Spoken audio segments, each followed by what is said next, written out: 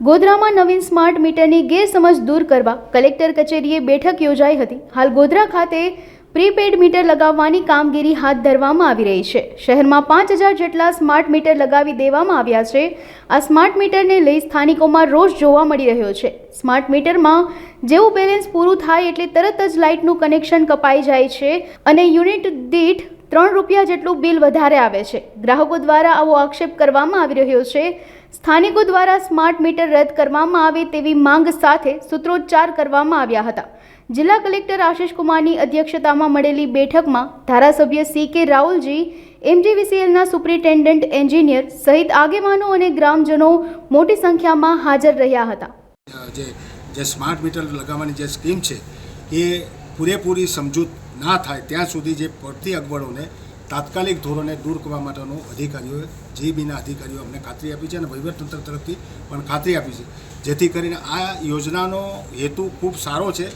કારણ કે મિનિમમ જેટલું જે લાઇટ વપરાય એના અનુસંધાનમાં કસ્ટમરને પણ ખબર પડે, ઘરના માલિકને બી ખબર પડે કે આટલું બિલ આટલું આવ્યું છે અને આટલા જે વસ્તુના પર બિલના અનુસંધાનમાં રિચાર્જિંગ કરવાનું બાકી છે, તો એ પણ છે તે મોબાઈલની અંદર મેસેજના અનુસંધાનમાં આવે કે જેથી કરીને ઘરના વપરાશના વીજ વપરાશમાં પણ છે તે એમાં ફાયદો થાય અને બચતનો પણ છે તે ફાયદો થાય। એમાં સરકારની સેન્ટ્રલની સ્કીમ સારી છે, પણ આ સમજૂતના અનુસંધાનમાં જૂનું મીટર ને નવું મીટર સ્માર્ટ મીટરના એ જે કંઈ મુશ્કેલી હતી એ વસ્તુની પણ નિરાકરણ લાવવાનો અધિકારીઓ અમને ખાતરી આપી છે અને બધા જ ગ્રાહકોને સંતોષ થઈને મિટિંગનું કામકાજ પૂર્ણ કરવામાં આવ્યું છે। એનો શું ઉકેલ લાવવામાં આવ્યો છે? રાજ્ય અને દેશની જેમ પંચમહાલ જિલ્લો અને ગોધરા શહેરમાં પણ સ્માર્ટ મીટરનું ઇન્સ્ટોલેશનની કામગીરી MGVCL દ્વારા હાલ હાથ ધરવામાં આવી રહી છે। સ્માર્ટ મીટરમાં પ્રીપેડ બિલ પેમેન્ટની સુવિધા અને વપરાશની તમામ વિગતો ગ્રાહકોને મળતી હોય છે, પણ એક નવી સ્કીમ છે એ બાબતમાં લોકોના મનમાં અમુક મૂંઝવણ અને દ્વિધાઓ અને પ્રશ્નો કદાચ હોઈ શકે। એ તમામ પ્રશ્નોનું નિરાકરણ માટે MGVCL સાથે, માનનીય ગોધરાના ધારાસભ્યશ્રી સાથે અને ગોધરા સિટીના કોર્પોરેટર્સ અને નાગરિકો સાથે એક વિસ્તૃત ચર્ચા વિચારણા માટેની એક બેઠકનું આયોજન આજે કરવામાં આવ્યું હતું। લોકો તરફથી અલગ અલગ પ્રકારના પ્રશ્નો અને શંકાઓ એ બધી જ સાંભળી MGVCLના સુપ્રિન્ટેન્ડન્ટ એન્જિનિયરે અને બાકીના સ્ટાફે એ તમામ પ્રશ્નોની બાબતમાં લોકો સાથે ચર્ચા કરી છે।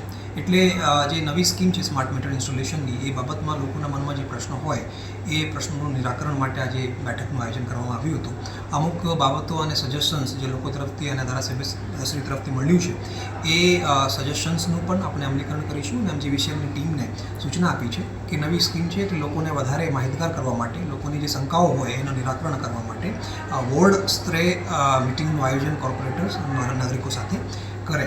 આમ સ્કીમ ખૂબ જ સારી છે। લોકોના હાથમાં જ એના વપરાશની તમામ વિગતો, બિલ પેમેન્ટની વિગતો, દરેક દિવસનો વપરાશની વિગતો લોકોને મળતી હોય છે અને વ્યવસ્થિત રીતે એનું અમલીકરણ થાય તો ખરેખર લોકોને વીજ વપરાશ અને વીજની બચતની બાબતમાં લોકો વધારે પ્રેરિત થશે।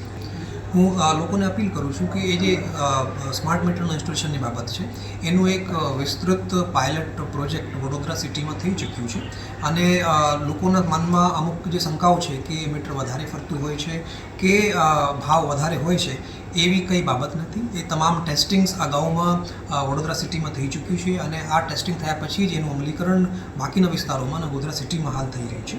એટલે લોકોને મનમાં આ રીતની શંકા રાખવાની જરૂરિયાત જ નથી કે એનાથી કાંઈ ગેરરીતિ થઈ શકે કે વધારે બિલ આવી શકે। અમુક સંજોગોમાં જે આઉટસ્ટેન્ડિંગના બિલ છે, જે સ્માર્ટ મીટર જ્યારે ઇન્સ્ટોલ થયું અને પહેલાંના જે બિલ છે જેનું ચૂકવણું ના થયું હોય એનું જ 180 અલગ અલગ ભાગોમાં વિભાજિત કરીને એનું કપાત સ્માર્ટ મીટરના માધ્યમથી થાય છે અને એ તો એવું બિલ છે જે યુઝર્સને અને કસ્ટમર્સને ભરવાનું જ હોય છે। એટલે કોઈ પણ પ્રકારના શંકાનું મને નથી લાગતું કે એમાં કોઈ અવકાશ છે। એટલે આ સ્કીમ છે, સારી સ્કીમ છે અને લોકોને વધારે સ્ટ્રેન્થન કરે છે। એટલે આ સ્કીમનો બધા જ નાગરિકોને હું અપીલ કરું છું કે એમાં ઇન્સ્ટોલેશનમાં અમલીકરણમાં વહીવટીતંત્રનું અને MGVCLનું સહકાર આપે।